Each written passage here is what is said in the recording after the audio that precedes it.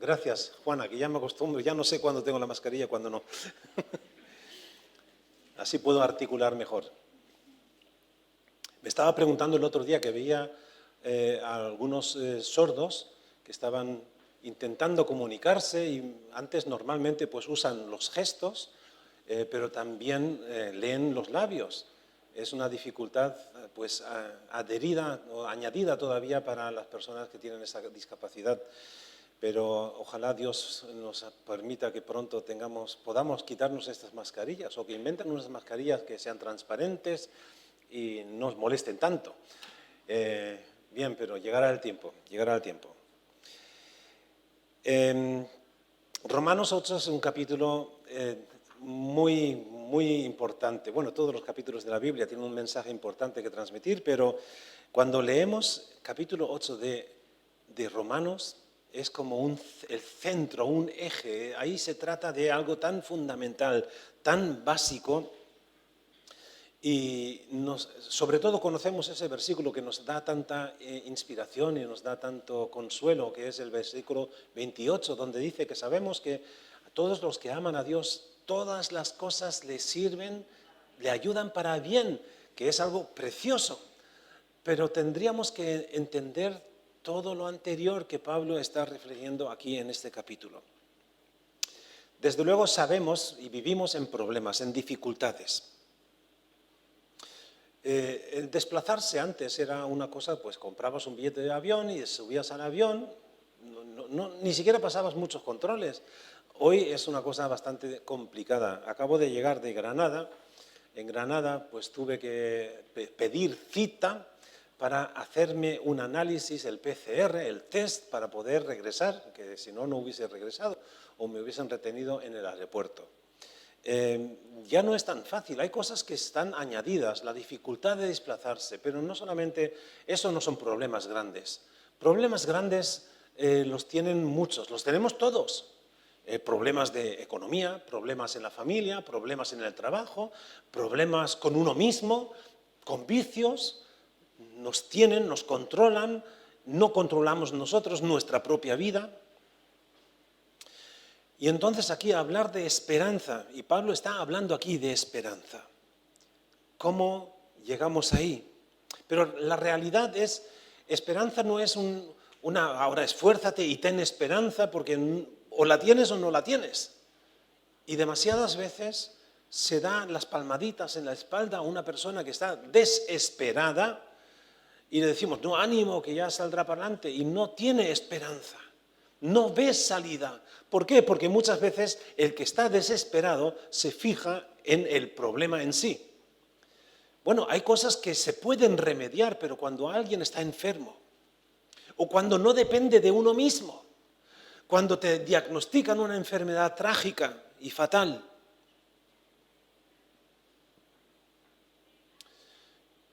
la esperanza la puedes tener cuando miras no al problema, sino a aquel que es la solución. Y miren, voy a decir algo atrevido. Voy a decir que Jesús es la solución a todos nuestros problemas. Jesús lo es, afirmativo. Sin embargo, que Él sea nuestra solución no significa que nos va a librar de toda enfermedad. No nos va a librar de toda crisis económica. No nos va a librar de toda crisis familiar. Es posible que nosotros mismos hayamos provocado una situación difícil, crítica, en la familia, y que ahora lo que va a hacer Dios nos va a ayudar a pasar esa crisis. Y a lo mejor no lo soluciona, pero nos damos cuenta que Jesús nos ayuda a dar un paso más. En Romanos 8:18, pues tengo por cierto que las aflicciones del tiempo presente no son comparables con la gloria venidera que en nosotros se ha de manifestarse. A veces Pablo se expresa un poco complicado, pero lo que está diciendo aquí es que las cosas graves, gravísimas que nos pueden pasar en esta vida no son nada en comparación con el bien que vamos a experimentar cuando tenemos a Cristo Jesús. Y es posible, es posible porque lo vemos en hermanos cristianos en otros países donde no se pueden reunir con esta libertad. Y nosotros decimos, no, estoy condicionado, tengo que llevar una mascarilla, no nos podemos saludar como que quisiéramos, no nos podemos abrazar. Antes, he recibido y agradezco las felicitaciones porque he sido abuelo por segunda vez esta última semana y tengo una nieta más, además de la que ya teníamos, con casi 2,5 de años. Ahora nació esta semana mi nieta Emma Noel. Se llama Emma con 2 M's y Noel como Navidad. Es que es así, Emma Noel. El Señor está con nosotros. Eso es lo que significa Emmanuel. Dios está con nosotros, Dios con nosotros. Y Dios está con nosotros en medio de la crisis, sea cual sea la que estás viviendo. Sea enfermedad, sea el paro, sea una crisis familiar, sea una crisis personal, sea una crisis espiritual, Dios ha dicho que nada nos puede separar de su amor. Así que la crisis puede estar ahí, en vigor, y puede abrumarnos, y puede ahogarnos, y puede transmitirnos la sensación de que no hay salida. Pero está la promesa del Señor, que Él está con nosotros, siempre, en todo momento. Y por eso tenemos esperanza, no porque nosotros tengamos tanta esperanza, o porque lo hayamos merecido, o porque hayamos alcanzado algún estado de, este hombre es un positivista, ve todo bien, no es negativista, no es, ¿cómo se llama? ¿Cómo se dice? El negativo, el que es pesimista y optimista. Parece ser que unos son optimistas y ven todo bien, y el pesimista hacen de un grano de arena un bloque de cemento enorme que no puede mover. No se trata de cambiar esa mentalidad o esa perspectiva, se trata de algo bien distinto. Tenemos esperanza no porque nosotros tengamos la capacidad de superar enfermedad. Ni siquiera la muerte. Se acordarán los que han estado siguiendo los cultos, los que han estado aquí también, que prediqué hace algunos domingos acerca de Juan 11, la resurrección de Lázaro. Y es curioso que Jesús, cuando se entera de que Lázaro estaba muerto, enfermo de muerte, en vez de apresurarse para ir allá, se retrasa todavía más y dice, voy a quedarme aquí 2 días más, como si quisiera provocar que muriera. Porque para nosotros la perspectiva es que, mientras hay vida, hay esperanza, decimos. Pero la esperanza de la que está hablando Pablo aquí, y la que está refiriéndose a la palabra de Dios, es más allá de la muerte. No termina con algo que nosotros que consideramos definitivo. La muerte es algo tan definitivo porque mientras hay aliento en una persona, esperamos en la sanación, en que cure, en que se encuentre un medicamento que pueda levantarle de la cama. Y resulta que no es así. Porque tantas veces nos vemos en esa situación de que ahora ya solamente queda despedirse de la persona. Pero lo que nos dice esta palabra, lo que nos quiere enseñar esta palabra es que el sufrimiento, los problemas, todo es pasajero. El primer punto, todo es pasajero. Por eso tenemos esperanza, porque todo pasa. La crisis pasa. Quizá no la experimentamos nosotros en vida, pero la crisis va a pasar. Incluso algo tan definitivo como nosotros consideramos la muerte, también no es definitiva. Ante Dios la muerte no es definitiva y para eso Jesús nos ha dado la evidencia. Él resucitó de entre los muertos. Por eso el sufrimiento es pasajero. Tenemos dolores, no estuve presente, pero en la ciudad cuando nuestra hija dio a luz. y fue por cesárea, porque pasó lo que tenía que pasar y querían provocar el nacimiento, pero no lograron, así que al final quedó solamente la intervención quirúrgica. Sufrió, mi hija o nuestra hija sufrió dolores, sufrió angustia, el esposo sufrió, la niña sufrió. Pero sabemos, cuando se ha pasado esto, después de pocos días, ya no nos acordamos de ese sufrimiento. ¿Por qué? Porque ha pasado. El sufrimiento pasa. La muerte no es definitiva. Pasa. Por eso la cuestión es de cambiar nuestra percepción, nuestra perspectiva. Demasiadas veces lo que hacemos es fijar el problema y nosotros lo hacemos inamovible. Cuando la invitación de Jesús es: pon tus ojos en mí. Pon tus ojos en mí. Por eso podemos tener esperanza, porque el sufrimiento es pasajero. Hay situaciones también un poco difíciles. A veces nuestro matrimonio se está desmoronando, nuestros hijos han perdido la cabeza, están viviendo como locos, están desperdiciando su vida, sus talentos, y pensamos tantas veces que tanto esfuerzo para educar a nuestros hijos, para conducirlos por un buen camino. Muchas veces nosotros consideramos el buen camino el camino que vamos nosotros. Dios tiene otra percepción de las cosas. Y a veces permite que vayamos por desvíos. En vez de, ¿cómo se dice?, atravesando pues los caminos y buscando atajos. Nosotros nos gustan los atajos. Estuve en la Sierra Nevada caminando con mi hijo. Algunos saben que me gusta el senderismo, y estuvimos ahí caminando y veíamos a veces pisadas que iban pero por un camino empinado totalmente. Y decimos, bueno, aquí el que quiera puede o el que pueda quiere.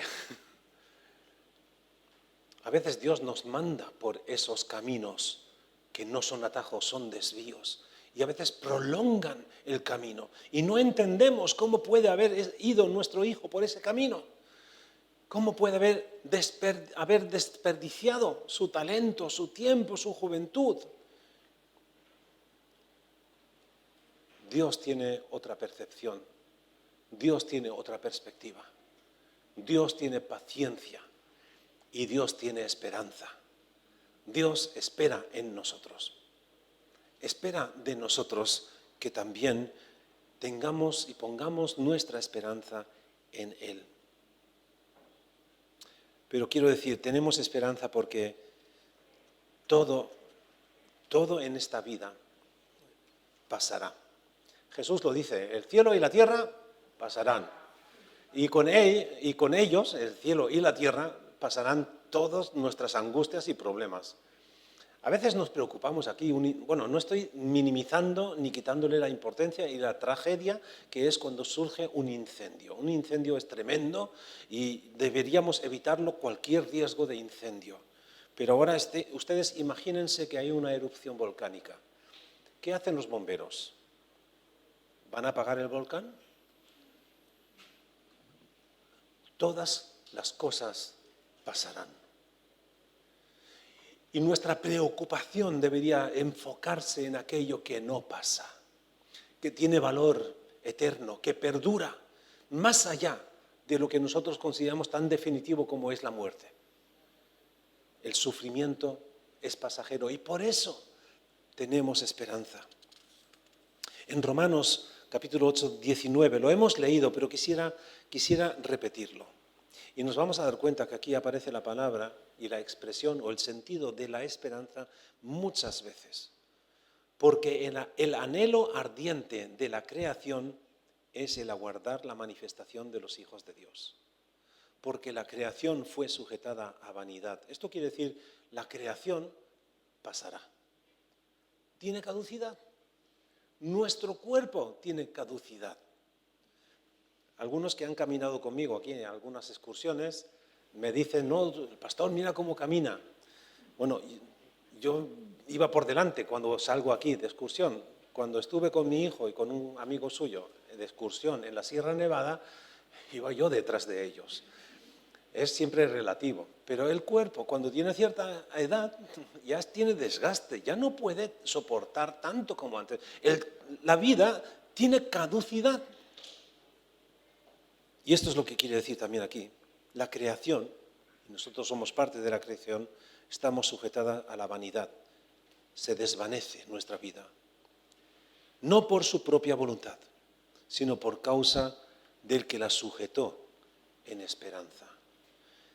Dios nos ha sujetado a pesar de que estamos desvaneciéndonos. Dios te quiere sujetar porque también la creación misma será libertada de la esclavitud de corrupción a la libertad gloriosa de los hijos de Dios. Esto también quiero explicarlo. La creación desde el pecado original es una creación caída.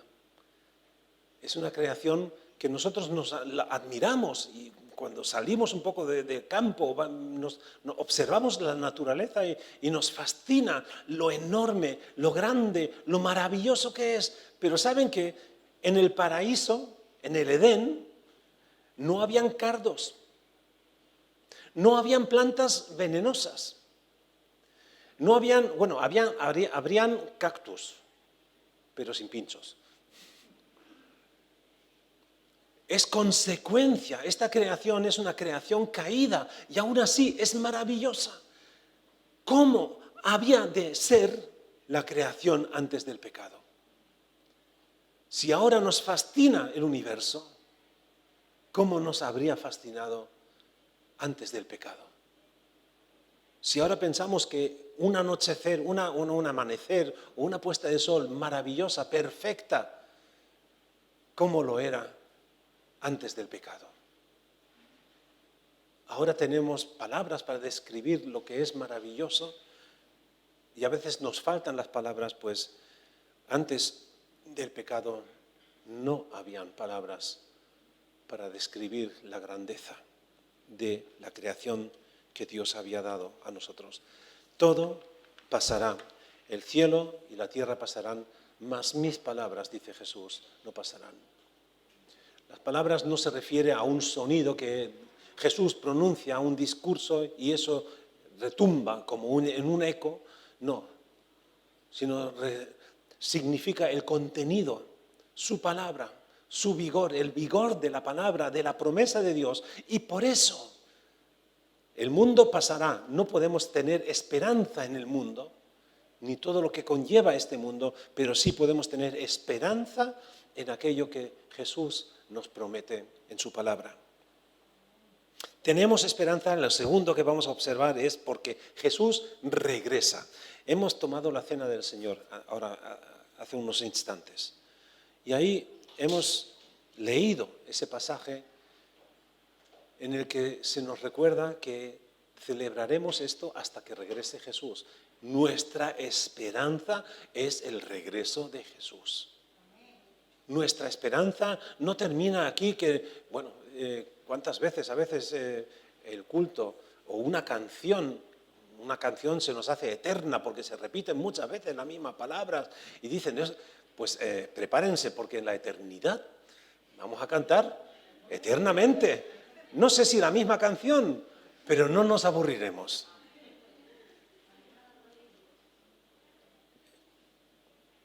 Jesús regresará. Esa es nuestra esperanza. Y no es una amenaza. Como que viene el jefe, vamos a arreglar esto. No, no viene el jefe, viene el Señor de señores, el Dios Todopoderoso. Y nuestra esperanza es un anhelo de que regrese. Sí, Señor Jesús, ven. Esa es la esperanza. Y por eso tenemos esperanza, porque Él va a venir. Nos lo ha dicho. Y porque su palabra no pasará, Él vendrá. Él va a cumplir su promesa. No importa cuán terrible se vuelva la situación en el mundo. Y cuando escuchamos tanta guerra, tanta persecución, aquí en España, en Europa, en el mundo occidental, es posible que nos quejemos de persecución, discriminación, nos persiguen, nos limitan, nos condicionan a los cristianos. No estamos sufriendo persecución en comparación con aquellos hermanos que pagan con su vida por confesarse cristianos, los que reciben la oración todos los días por los países en todo el mundo. Leyeron hace unos días de un creyente que le han sentenciado a muerte por haberse convertido en cristiano en un país musulmán, y le acusan de blasfemia por haber abandonado la fe musulmana. Gente que no han dicho nada contra Mahoma, gente que no ha dicho nada contra Alá, pero por hacerse cristianos está la condena a muerte. Aquí, ¿qué nos hacen cuando nos convertimos en seguidores de Jesucristo? ¿Qué nos hacen? ¿Nos miran mal? ¿Duele? Puede doler, ¿sí? Porque a lo mejor son amigos tuyos, pero entonces dejan de serlo realmente. ¿Te duele que otros creyentes en otros países, por las mismas cosas que hacemos nosotros aquí, son perseguidos, encarcelados o incluso matados? Jesús regresará. Esa es nuestra esperanza. Y pondrá en su lugar a cada cual. Él hará juicio a los que le han rechazado, y como Saulo, aquel perseguidor tan furioso de los cristianos, cuando tuvo el encuentro con Jesús, cuando perseguía a la iglesia, y Jesús le dice: ¿por qué me persigues? No le dice: ¿por qué persigues a mis discípulos? Está diciendo: me persigues a mí. Y Jesús había dicho a sus discípulos: lo que hacen a uno de estos los pequeños, me lo están haciendo a mí. Y lo que no hacen a uno de estos, tampoco me lo están haciendo a mí. Lo que te hacen a ti, si eres cristiano, si eres creyente, si eres seguidor de Jesucristo, tu esperanza es que no te lo están haciendo a ti realmente. Además, ¿qué daño te pueden hacer? Te pueden hasta matar, y pensamos que eso es lo peor que nos puede pasar. Lo peor, no, eso no es lo peor. Lo peor que nos puede pasar es que vayamos al infierno. Eso es lo peor. Pero si tienes a Jesucristo, nuestra esperanza, el que va a venir, tenemos vida eterna. Aunque maten nuestro cuerpo, y a lo mejor desde esta posición es fácil decirlo en este país y en estas circunstancias, pero los que están sufriendo persecución, los que están siendo ejecutados, los primeros mártires, los primeros cristianos, ¿cuál era su esperanza?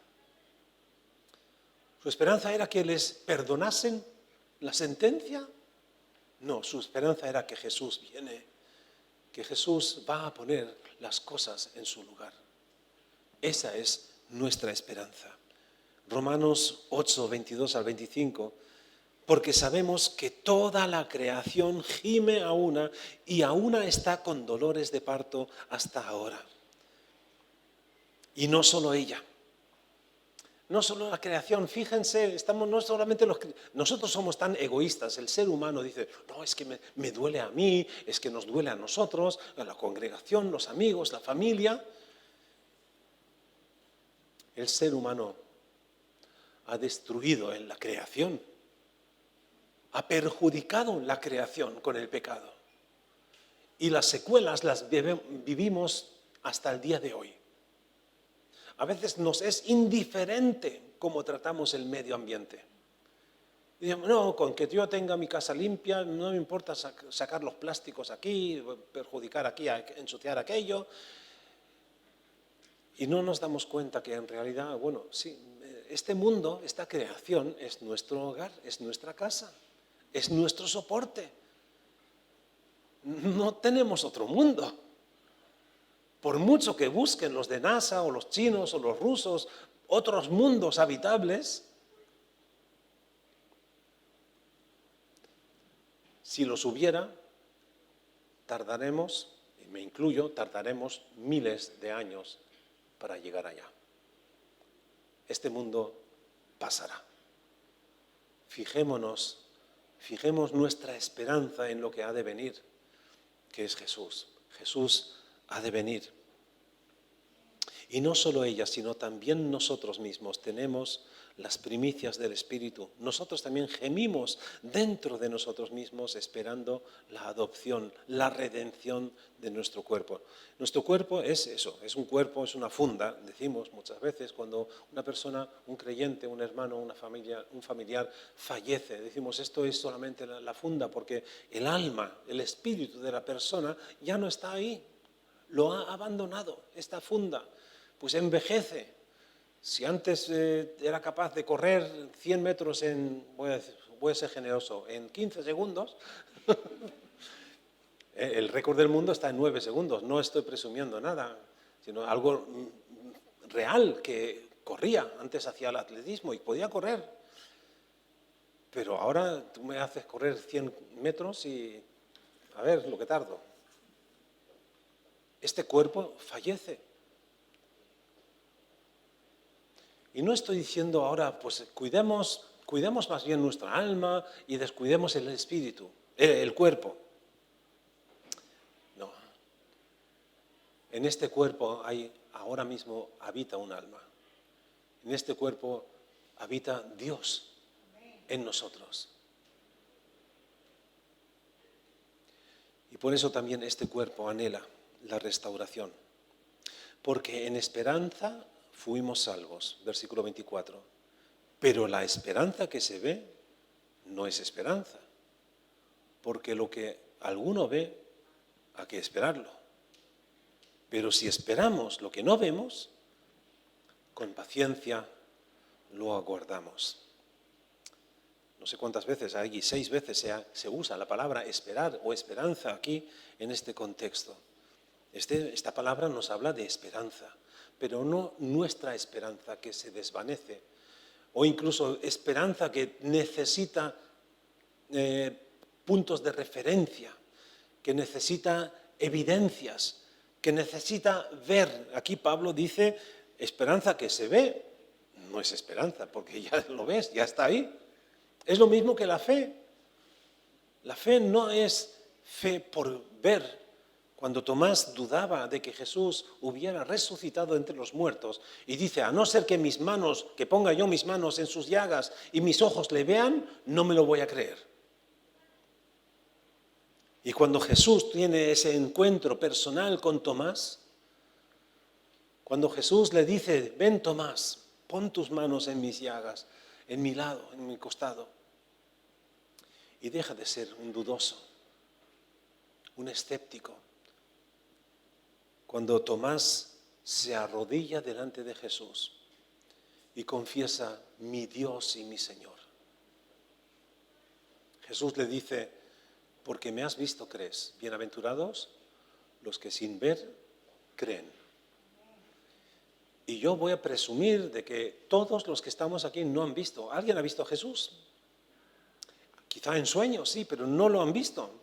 Porque la gente dice, no, a no ser que lo vea yo con mis propios ojos. Y lo que quieren decir no es que lo vean visualmente, sino que tengan evidencias que ellos consideren suficientes para creer. Que realmente cuando ves no necesitas creer. Esa es la dificultad que tienen muchas personas que no quieren creer, porque en realidad creer es una decisión que tomamos. En cuanto tienes evidencias, no necesitas creer. Y así también la esperanza. Aunque sí, Jesús y Dios es generoso y misericordioso con nosotros porque nos da evidencias en el mismo Jesús, cumpliendo Él las promesas del Antiguo Testamento, cumpliendo con los requisitos, cumpliendo con las promesas.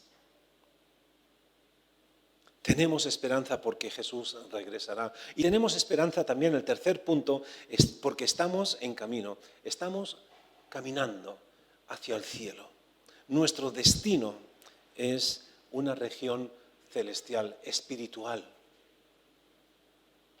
Toda la creación está gimiendo, dice Pablo aquí a los romanos. La vida es un desafío, pero los creyentes, los cristianos, para nosotros, esta vida no lo es todo. Esta vida física, biológica. Mi alma irá al cielo. Habrá un día en que mi antiguo cuerpo será transformado en un nuevo cuerpo.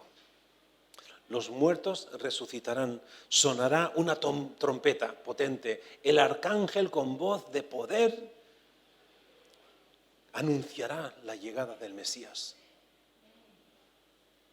Eso es lo que tenemos, por eso tenemos esperanza, porque estamos de camino al cielo, estamos caminando, dando un paso, volviendo otra vez a la ilustración del senderismo.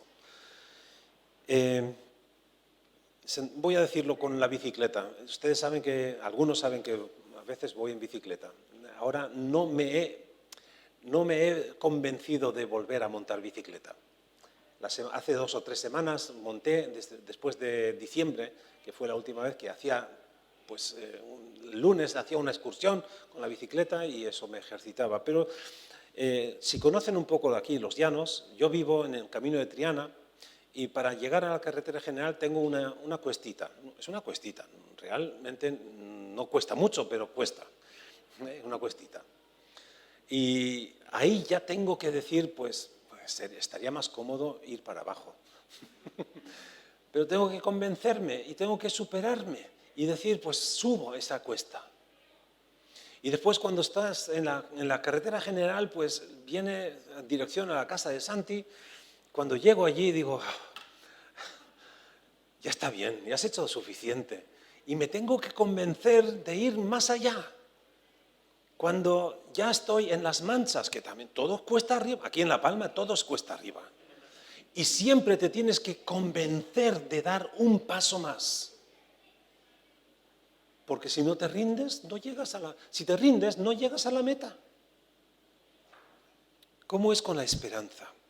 Estamos en camino hacia esa meta. Una carrera que tenemos, a la cual Jesús nos ha llamado a una carrera. Pero no para ser mejores sino para llegar a la meta. Si nos quedamos sentados, demostramos que no tenemos esperanza en llegar. Es posible que, hay algunos que son, Jessica, que es una ciclista profesional casi, ella se va con la moto. O algunos que tienen una bicicleta eléctrica, que no es lo mismo. Pero hay que convencerse, hay que persistir. Lo mismo pasa también con el ayuno. Hay gente que me han dicho, pastor, yo no puedo ayunar porque es que siempre me entra hambre. Claro, pero se trata de superarte el hambre. Cuando llega el hambre dice, voy a aguantar en la esperanza, en el camino hacia el cielo, hacia Jesús, a seguir en sus pasos. Hay que aguantar, hay que resistir las tentaciones, pero hay que acogerse y esforzarse por aquello que Jesús nos reta a hacer. Tenemos esperanza porque estamos en el camino. No hemos llegado todavía, pero estamos en el camino. No te rindas. Tenemos esperanza, el cuarto punto, porque hay alguien que está en nosotros, que intercede por nosotros, con gemidos indecibles. Yo no sé ustedes, pero a veces estamos ante una decisión y pedimos oración. Hay personas que me piden, ore por mí, pastor, porque estoy en una situación difícil, crítica, el paro, familia, trabajo, mi vida personal, me piden oración y a veces yo no sé cómo orar. Voy a pedirle al Señor, ayúdale a este hombre, a esta mujer, para que salgan adelante, si no sé si esta persona está en esa situación porque lo ha causado, lo ha provocado. A veces somos demasiado egoístas y además muy cómodos. Nos metemos en un problema y ahora Dios sácanos de ahí. Por eso al principio dije que a veces Dios permite que entremos en estas situaciones. La hemos provocado nosotros mismos. A veces hay situaciones conflictivas en una familia y pensamos, y el pastor ore por mí, mi familia, una situación muy difícil. Y yo no sé qué orar. Yo no sé si orar, Señor, cambia a esta mujer, cambia a este hombre, o perdónale, o corrígele. Hazle reconocer que esta situación es porque ha pecado. Yo no lo sé. Me consuela y me da esperanza leer esto, que el Espíritu Santo ora por mí cuando yo no sé qué orar. Cuando no sabemos, sí, Señor, te lo pongo delante de ti, haz tú. Y cuando estamos en crisis, en el mundo, o en un mundo en crisis, una economía en crisis, una familia en crisis, Señor, haz tú. Porque si escuchamos, cuando hay pelea entre matrimonios, por ejemplo, si escuchamos a él tiene una versión y ella tiene otra versión. Y a ver, ¿a quién? Porque decimos, ¿no?, que nunca llueve a gusto de todos. ¿Y quién dice la verdad? ¿Es él el que está siendo sincero, honesto, y ella que no está diciendo toda la verdad, o es al revés? ¿Qué le decimos? ¿Qué pedimos a Dios? Señor, tu Espíritu intercede por nosotros, porque una cosa es buena, de seguro, y por eso es nuestra esperanza, que su Espíritu interceda por nosotros. Él sabe la solución. Jesús es la solución a todos nuestros problemas. Termino con el quinto y último punto. Tenemos esperanza porque Dios tiene un propósito con mis problemas. No es que Él lo haya provocado. Se acordarán de la predicación de Dorle, hace algunos domingos también. Estoy exigiendo hoy mucho de su memoria, ¿no? Pero ella predicó acerca de que Dios escribe derecho sobre renglones torcidos. Nuestras vidas son muchas veces renglones torcidos, muy torcidos. Pero Dios es capaz de escribir una frase con sentido derecha.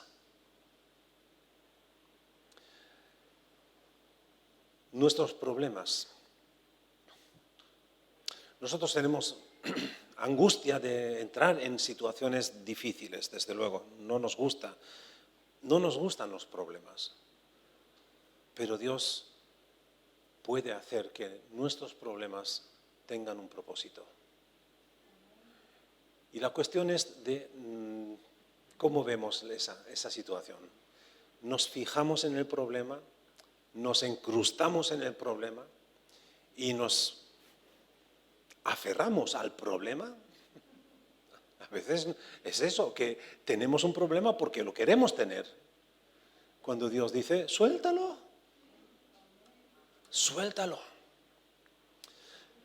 Pero yo me pregunto, a ver, ¿qué provecho? Y esa es la perspectiva que tendremos que tener. ¿Para qué? No por qué. Porque el por qué siempre busca el origen. Sin embargo, el para qué busca un propósito, un destino, algo que está por venir. Por eso, eso nos da esperanza, que Dios tiene también un propósito con nuestros conflictos, con nuestros problemas. Imagínense Job.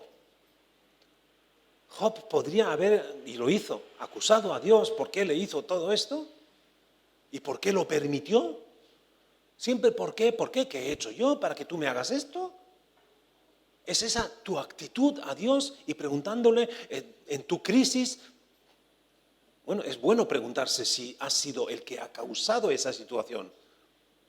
Cuando un hombre es violento en el matrimonio y dice, mi mujer me ha abandonado. Dice, pues quizá no debería haberse casado contigo.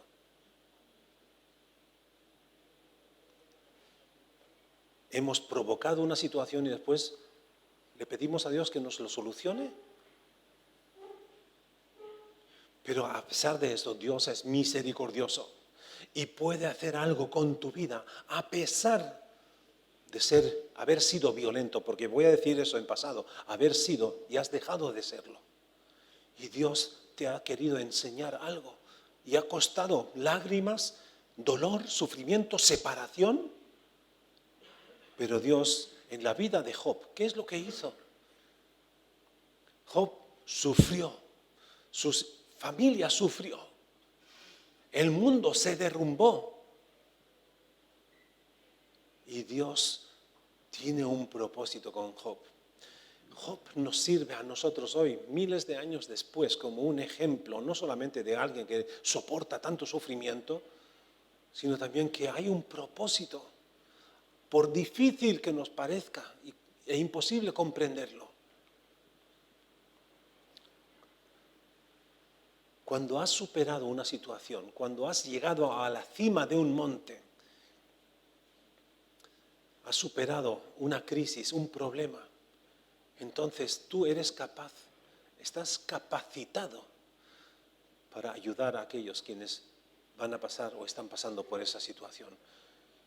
Dios permite que pasemos por estas situaciones delicadas y conflictivas y problemáticas, y es capaz de hacer que esto nos sirva a nosotros, pero que nuestra vida sirva a otros. Vamos a leer el versículo 28. Sabemos que a los que aman a Dios, todas las cosas les ayudan a bien. Muchas veces nos quedamos aquí parados, ¿verdad? Todo nos ayuda para bien. Pero hemos saltado algo muy importante.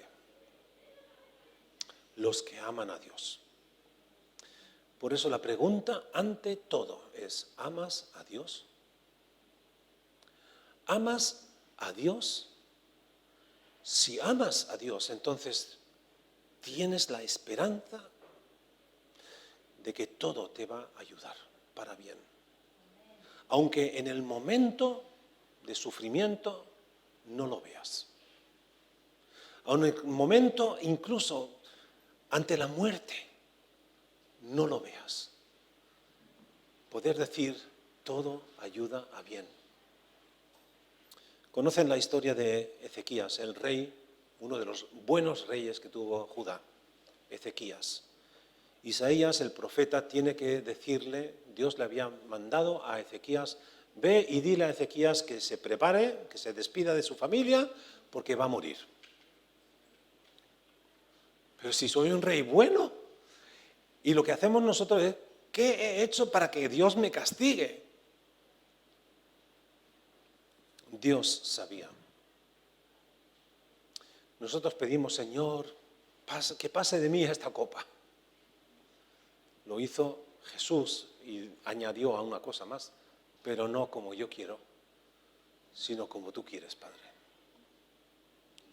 Pues Ezequías dijo, yo no quiero morir, yo quiero vivir. Y Dios le concede esa petición. Visto atrás, diríamos hoy, pues mejor te hubieras muerto. Mejor hubieses muerto en el momento que Dios determinó para tu muerte. Porque después en la vida de Ezequías sucedieron cosas que si hubiera muerto pues no habrían sucedido. No estoy diciendo que nos rindamos ante la situación o que no nos cuidemos más, caemos enfermos, pues mira, para morir directamente, sino que sí, intentemos buscar la salud y la salvación física y biológica. Pero nosotros no somos el centro del mundo, no somos el centro del universo.